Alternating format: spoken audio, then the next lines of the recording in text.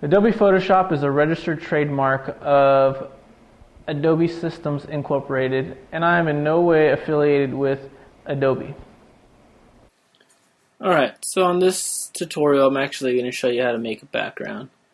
What you're going to want to do to make a background is you're going to want to go down over here on your layers palette and create a new layer. But you want to create a new layer that is below your master copy. The master copy is the one that has the actual effects on it, the drop shadow and whatnot.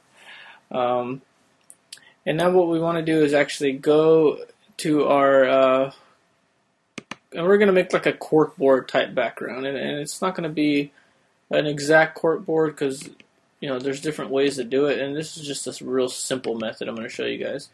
You want to go ahead and pick a brownish color, kind of like what I have here. You're going to hit OK. And the way I got there was actually by clicking down over here on the set foreground. You just click and hit OK. And now you want to paint in there with your paint bucket. And that color actually does not look too good.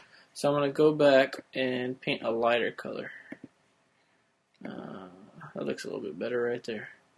And what you want to do is you want to go over to your filters. You want to go to texture and then texturizer. And it's already automatically going to give you kind of like a corkboard type look. And I'm just going to actually hit OK. And you can do all sorts of scaling and make it look more realistic. But I'm actually just going to just leave that alone. And now you got yourself kind of a corkboard type look. And we're going to leave that like that.